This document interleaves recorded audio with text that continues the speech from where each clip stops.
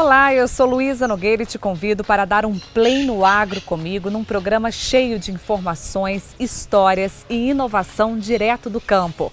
Veja o que preparamos para você. Tem estreia no programa. Camila Teles traz o quadro O Outro Lado do Agro. Nossa equipe pegou a estrada para mostrar uma realidade no campo que poucos conhecem. Coloquei o pé na estrada para mostrar o outro lado do agro, aquele que poucos conhecem. E comecei com o pé direito. Tem a segunda reportagem sobre a evolução na produção de morangos.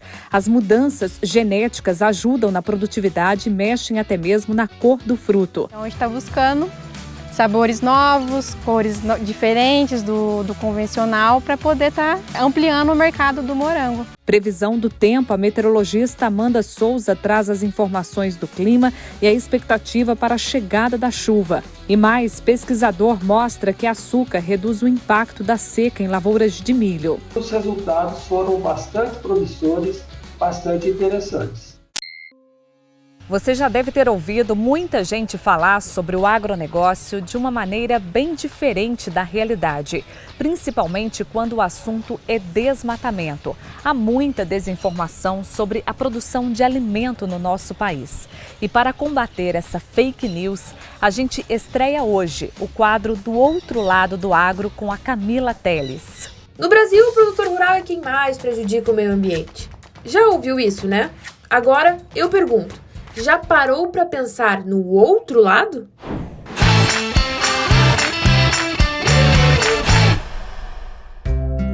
Coloquei o pé na estrada para mostrar o outro lado do agro, aquele que poucos conhecem. E comecei com o pé direito.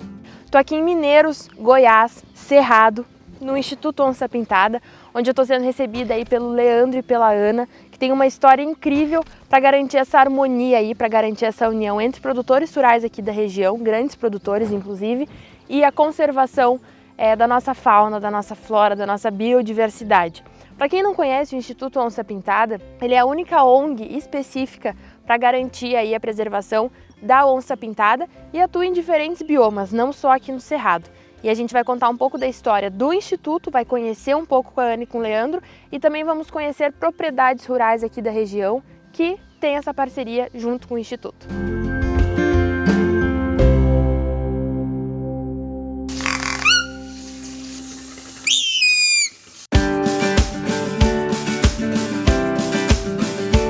Aqui uma imagem, aproveito para mostrar mais ou menos como que é a região, né? O Parque Nacional das Emas está aqui, tá? Nós estamos bem aqui nesse cantinho, aqui na beira do asfalto. O Parque Nacional das Emas é uma das poucas unidades de conservação que apresentam as diversas formas de cerrado dentro do estado de Goiás, como os campos limpos, campos sujos, veredas e matas ciliares. O que muitos não sabem é que os produtores rurais da região ajudam e muito na preservação da biodiversidade por lá. A gente sempre teve a mente aberta e para entender. Então, assim, isso foi um diferencial e fez com que a gente desse um pulo grande de estudos basicamente ecológicos, o que o bicho come, para onde ele anda, para onde ele vai, que se estava saturado, de querer fazer, não, o que eu preciso fazer de fato para conservar? Como o Leandro falou, conversar com o proprietário rural, porque ele detém o poder de conservar ou de destruir. E se eu não sentar para conversar com ele, eu não estou sendo conservacionista, porque o conservacionista está trabalhando num contexto onde tem um ser humano inserido no processo. Não existe discussão de conservação sem o ser humano. Senão seria preservação. Eu isolo isso aqui e falo, isso aqui é uma área de preservação. Eu isolei isso daqui. Como é que vocês fizeram essa relação, esse contato com os pecuaristas? Porque tem muito essa questão agora entrando na parte da caça, enfim, que tem relatos, comeu meu bezerro, a onça foi lá, enfim. Como é que vocês trabalharam esse diálogo com os pecuaristas? A verdade é o seguinte, não tem essa relação de conflito, em nenhum lugar do mundo, ela é resolvida com diálogo. Então, toda vez que você mostra nesse contexto, as pessoas têm costume falar assim, tem que conscientizar. Isso não é questão de consciência, isso é uma questão de economia. Então, assim, e as pessoas, assim, o grande problema para mim, a interpretação da sociedade, do povo em geral, é que eles acham que o grande problema está com o grande produtor. Parece que a mídia só mostra o grande produtor. O grande produtor é a minoria. Na verdade, nós temos a maioria dos mais de 5 milhões de propriedades que a gente tem no Brasil, é de pequenos e médios, depende da região que a gente está. Então, o que as pessoas têm dificuldade de entender É que o problema está com o pequeno produtor por uma questão não de falta de consciência, por questão de sobrevivência. Então vamos fazer um exercício simples. Eu tenho 10 vacas e ele mata uma por mês, uma onça mata uma por mês, e eu dependo de tirar o leite para fazer o queijo para vender. Essa onça não vai sobreviver ali. Ela não vai existir ali, porque ele vai matar ela. Por quê? Porque ela compete com a sobrevivência dele.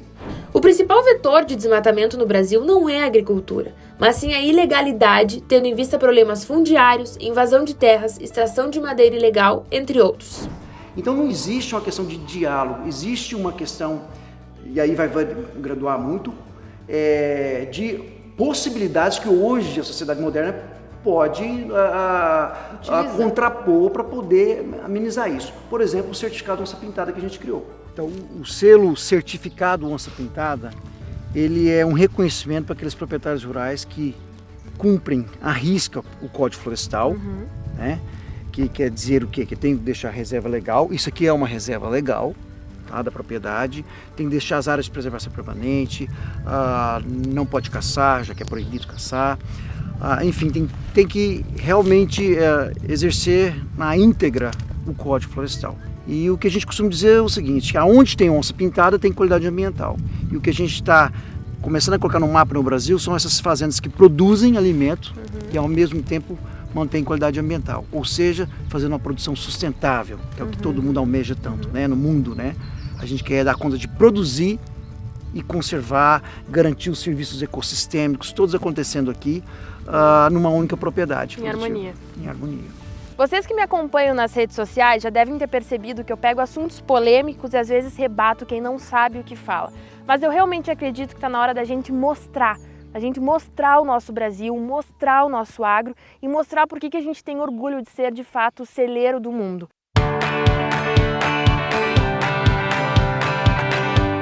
Olha aí, uma das coisas mais bonitas do agro brasileiro são as estradas verdes, lindas, que mostram a nossa potência e ao mesmo tempo mostram a nossa preservação ambiental também.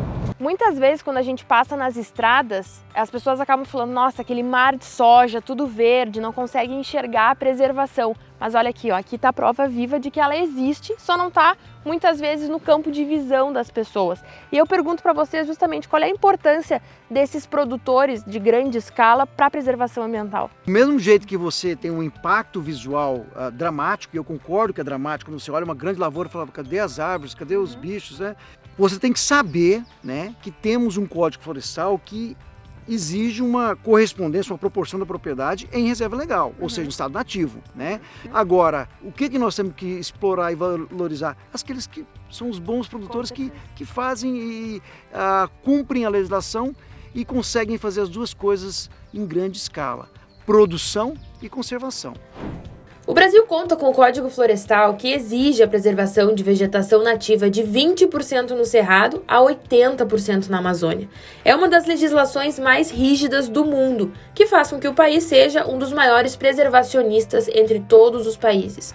Para entender melhor, é como se eu tivesse um prédio com 10 andares no Cerrado e só pudesse usar 8 deles. É preciso de enxergar com olhares, eu acho que mais brandos, entendeu? Assim, sem o julgamento e tentar entender. O fato é que as pessoas precisam tentar entender, de fato, sair do casulo dos apartamentos, das casinhas, entender que o mundo corre aqui fora, entendeu? Então, assim, não adianta ficar só criticando, não adianta. Hoje a gente recebe muitas informações por aqui, sobre N assuntos. Mas eu quero chamar a atenção do que vocês escutam sobre o agro brasileiro. Muitas pessoas falam sem dominar o assunto e sem ter o ponto principal que é aqui, ó, a vivência. É exatamente o que a gente vive todos os dias para conseguir aí produzir o alimento, junto, é claro, com a preservação. E aí fica a minha dica, estudem, analisem, pesquisem os outros lados para que vocês consigam, então, formar a sua opinião e conseguir enxergar de outra forma.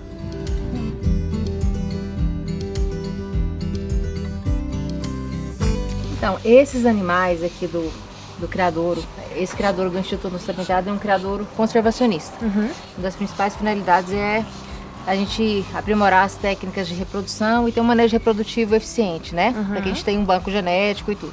Tem um propósito para isso também. Então, a gente tem um trabalho já com coleta de material genético dos machos e fêmeas, para que no futuro, caso seja necessário a gente fazer suplementação na natureza, alguma coisa parecida, a gente tem o material, sabe?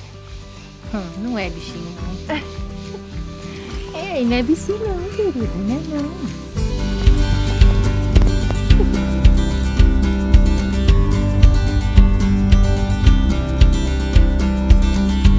E o objetivo da websérie é justamente isso, é conhecer o nosso país, é conhecer o nosso agro dentro de diferentes biomas, de diferentes formas, sempre em união aí, em harmonia com a preservação ambiental.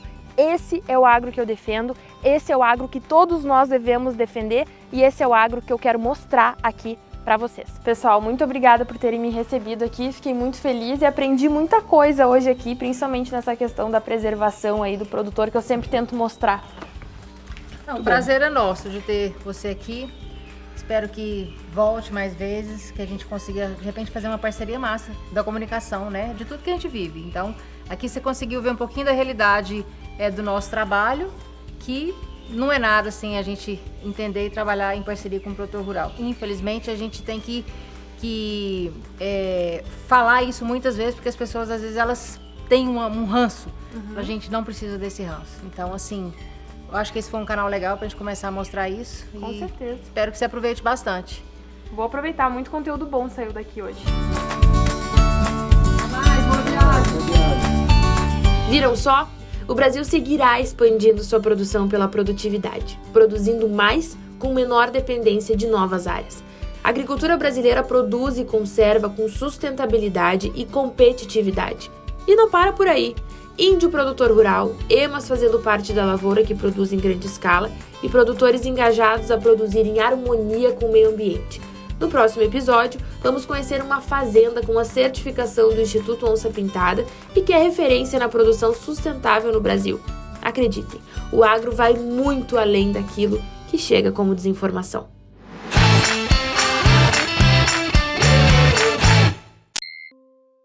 Vamos agora trazer os destaques da semana no agronegócio. A crise hídrica atingiu diversas culturas este ano e acabou por provocar queda em muitas produções.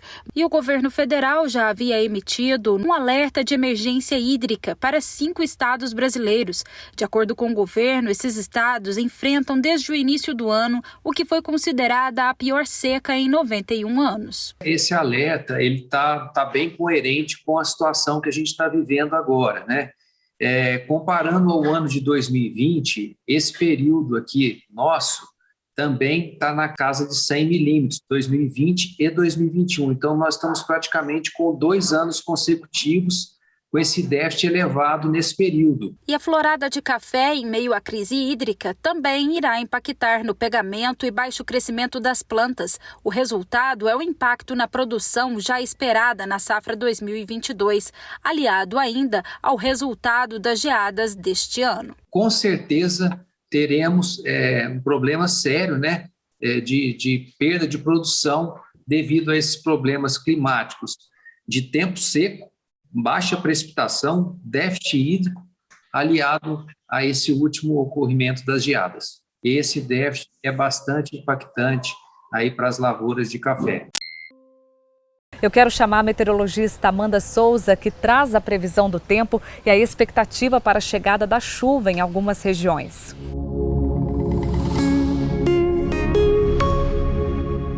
Olá, Luiz. Olá a todos que nos acompanham através do Play no Agro. Hoje a gente abre a previsão do tempo falando da temperatura. Esse calor que vem ganhando intensidade em grande parte do Brasil central. Temperaturas máximas, aquelas registradas no período da tarde, acima da casa dos 30 graus em boa parte do sudeste e também do centro-oeste. Com esse calorão todo e com a falta de chuva, continua a grande preocupação com o número de focos de queimadas, que vem aumentando também cada dia mais. O estado de Mato Grosso segue como campeão, o número 1 no ranking nacional de focos de queimada, segundo o Instituto Nacional de Meteorologia. Hoje vale ressaltar que o estado de Minas Gerais encontra-se em 7º lugar nesse número de queimadas. Mas apesar de ser em 7º lugar, já foram contabilizados mais de 5.000 focos de incêndio desde o início do ano até agora. E com esse número, Minas Gerais registra um número de queimadas o maior há uma década, ou seja, há 10 anos, o estado mineiro não chegava a 5.000 focos de queimadas. Então esse calorão todo, essa falta de chuva é um cenário muito preocupante e que ainda deve continuar nesses próximos dias. Nesse início de semana, tem previsão de chuva na região sul do Brasil, principalmente por conta do avanço de uma nova frente fria. Aliás, uma chuva que pode ser forte, pode ser volumosa, principalmente no Rio Grande do Sul e em Santa Catarina. Essa chuva volumosa faz a manutenção da água disponível no solo e é favorável, pensando principalmente no plantio do milho da safra de verão que já começou. No Paraná também tem previsão de chuva, acumulados significativos até meados desta semana por conta do avanço do sistema frontal. Então é uma chuva muito aguardada pelos produtores também de milho no estado do Paraná para aumentar os índices de disponibilidade hídrica do solo. No Sudeste, a chuva deve acontecer de novo de forma pontual. As instabilidades perdem intensidade, porque essa frente fria, quando chega na altura do Sudeste, já não tem o suporte da umidade da Amazônia. Então tem previsão de chuva no decorrer desses próximos dias em áreas do Sudeste. Tem, mas serão pancadas rápidas, isoladas, intercaladas com períodos de sol e ainda muito calor. Tem previsão de chuva principalmente para o estado de São Paulo, mas em Minas Gerais, pensando já nas áreas produtoras de café, a chuva deve ser muito isolada, principalmente no extremo sul de Minas. Mas na maior parte do sul mineiro, no Cerrado, já não há expectativa de uma chuva organizada. E agora a gente fala do Centro-Oeste, pensando no término do vazio sanitário, vai começar o plantio da soja no dia 15 de setembro, mas por enquanto o cenário não é muito favorável. Baixos índices de água disponível no solo, queimadas que ainda continuam se alastrando pelo Centro-Oeste. Tem previsão de chuva em Mato Grosso do Sul e Mato Grosso, mas assim como no Sudeste, também serão pancadas rápidas, isoladas e sem grandes acumulados. Semana que vem a gente volta com mais previsão do tempo.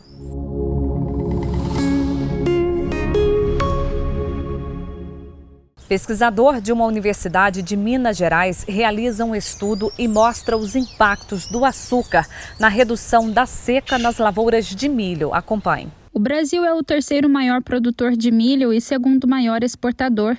Teve uma perda gigantesca de produção nesse ano, que serviu para mostrar mais uma vez que os intempéries climáticos ainda é um dos maiores desafios do produtor rural. Extremamente importante, e a gente tem obtido quedas significativas na produção a cada ano. Isso acontece por quê? Porque o principal cultivo nosso é na safrinha. E se você está na safrinha, você está fora da estação chuvosa e está sujeito a estresses hídricos. Normalmente acontece, né? E vai depender muito da época que você fizer a sua semeadura. Se você plantar uma safrinha mais tarde, a probabilidade de estresse hídrico ainda é maior. Conforme você já viu, aqui mesmo no Play no Agro, o mercado do milho está enfrentando uma situação difícil. Adversidades climáticas prejudicaram muito a safra deste ano. E justamente questões climáticas foram pauta de uma pesquisa recente da Embrapa, que mostrou que o uso do açúcar natural pode reduzir os efeitos da seca no milho. Nós desenvolvemos uma parceria com a Universidade Federal de Alfenas, com o professor Tiago Correia de Souza, e os resultados foram bastante interessantes e bastante promissores, porque além do açúcar trealose, nós utilizamos 2 outros grupos químicos oriundos da trealose, né, sobre déficit hídrico, e os resultados foram bastante promissores, bastante interessantes. Os primeiros resultados mostram a possibilidade de mais resistência da planta com o uso do açúcar, principalmente em relação à seca. Esses estudos básicos a gente utiliza e a gente pode, até com um grau de segurança, extrapolar esses resultados para outros materiais genéticos. Os principais resultados que nós conseguimos com a aplicação desses produtos, uma maior taxa fotossintética das plantas. Isso fez com que as plantas crescessem mais, obtivessem maior biomassa, tivessem um crescimento mais acentuado, mesmo sob déficit hídrico. E como que ela teve essa maior taxa fotossintética? Porque a gente analisou também a anatomia das folhas. e nós vimos que as folhas de milho tratadas com esses produtos à base de trehalose, elas tinham uma maior densidade estomática, ou seja, um maior número de estômatos por milímetro quadrado.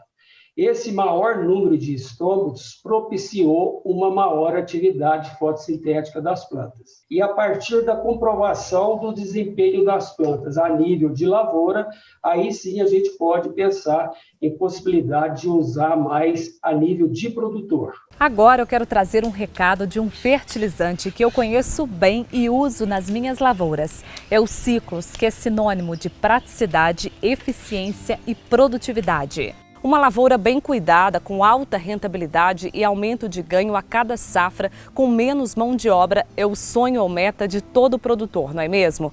E essas são as principais características do Ciclos, que conta com uma tecnologia de liberação lenta, gradual e constante de nitrogênio. Faça chuva ou faça sol, basta apenas uma aplicação que ele faz a nutrição da lavoura durante todo o ciclo do café.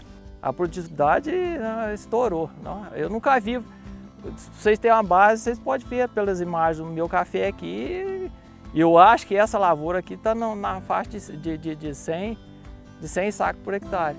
Por ter muito talhão picado, com o ciclo facilita muito, porque você vai jogar uma vez só e uma época muito mais fácil. Eu recomendo a todos usar, porque eu te falo um negócio. Esse produto foi muito bom. Pretendo usar ele, não mudou, tendo ele pro resto da vida. Pro resto da vida usar ele. Ciclos, o fruto da produtividade. Na segunda reportagem sobre a evolução na produção dos morangos, você vai ver como estão trabalhando os produtores mineiros. Eles estão até mesmo mudando as variedades da fruta.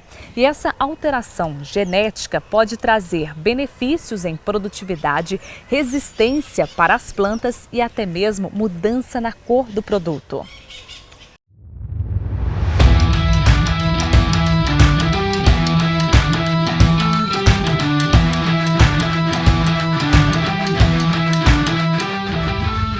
O sul de Minas tem o ranking das maiores cidades produtoras de morango. Espírito Santo do Dourado, Bom Repouso, Estiva, Senador Amaral e Pouso Alegre. No entanto, o município de Estiva se destaca pela ousadia e coragem dos produtores, que na busca por qualidade abraçaram o desafio de tornar o morango da cidade cada dia melhor. Um grande exemplo é o produtor rural Pedro Donato Figueira, que em anos de pesquisa já desenvolveu 61 variedades diferentes do fruto. Começou há 28 anos atrás, que eu comecei a fazer a primeira muda, aí eu não parei mais, só vem aumentando. E tem alguma que é a preferida, que é especial? Cada ano que a gente faz uma nova, a nova sai melhor do que as outras, então não tem como eu ter a preferida certa, né? Eu comprava muda de outras pessoas para plantar e dava vermelhão, morria tudo. Aí eu comecei a criar a minha própria muda para não ter problema com a doença mais.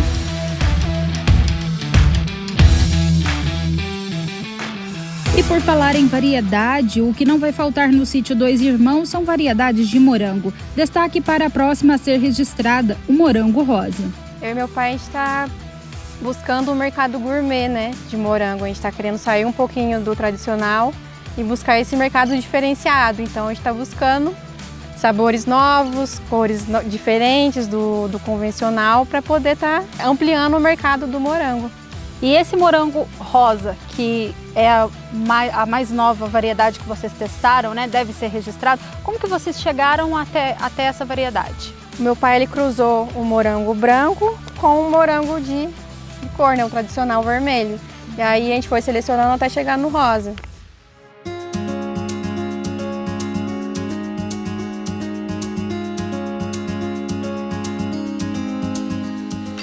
E novas cultivares também estão sendo desenvolvidas pelos produtores, focados em sua maioria no sabor e na qualidade do fruto. Tem uma nova variedade que tem o gosto de mamão, vai ser um mercado diferenciado também. Por sinal, maravilhosa. Deixa eu ressaltar aqui.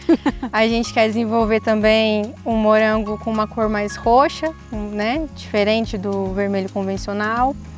A gente está selecionando frutos com alto teor de açúcar, né? Os frutos mais doces, frutos firmes, que sejam produtivos e que tenham uma boa pós-colheita, né? Porque o morango é muito perecível, então tendo um fruto mais firme, uma boa pós-colheita, ele pode aguentar mais tempo até chegar ao consumidor final. Inclusive você falou pra gente do morango num tom mais escuro. Esse que nós temos aqui, ó, vamos mostrar pro pessoal. É um tom mais escuro que vocês têm hoje, é isso? Sim. É um morango num tom mais escuro, quase vinho, né? Ele leva para um tom de roxo também. E vocês pretendem dar continuidade nesse projeto? Sim, a gente quer chegar no morango roxo. Totalmente roxo. Para o pessoal de casa entender, vocês já fizeram alguns outros testes aqui. É verdade, já teve até morango preto, é isso mesmo? Sim. A gente botou o nome nele de Pérola Negra. Mas aí ele era muito pequenininho, então a gente tem que fazer mais cruzamentos, mais melhoramento nele para ele ficar num padrão que a gente quer chegar.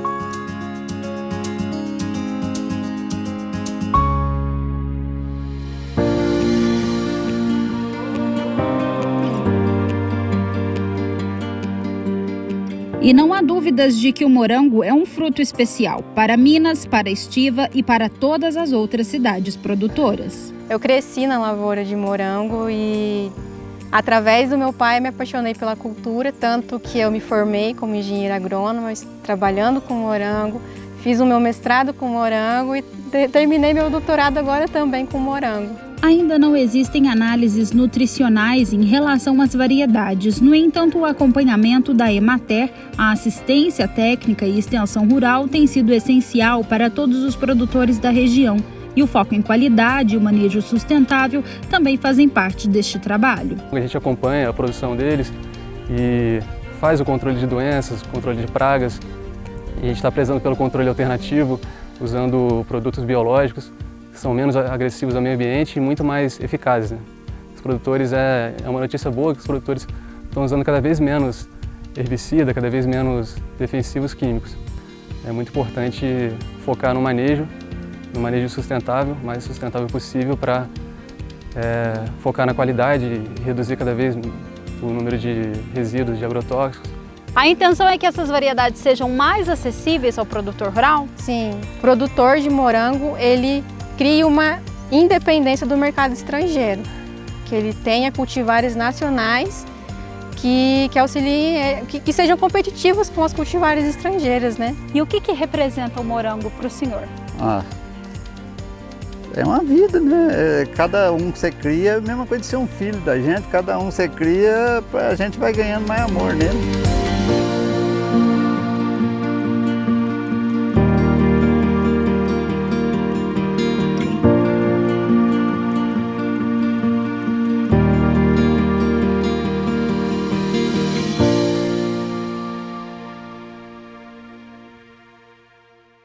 O Play no Agro fica por aqui. Você acompanha todas as informações desta edição nas minhas redes sociais, @LuizaNogueiraTV. Luiza com S. Até mais. Tchau.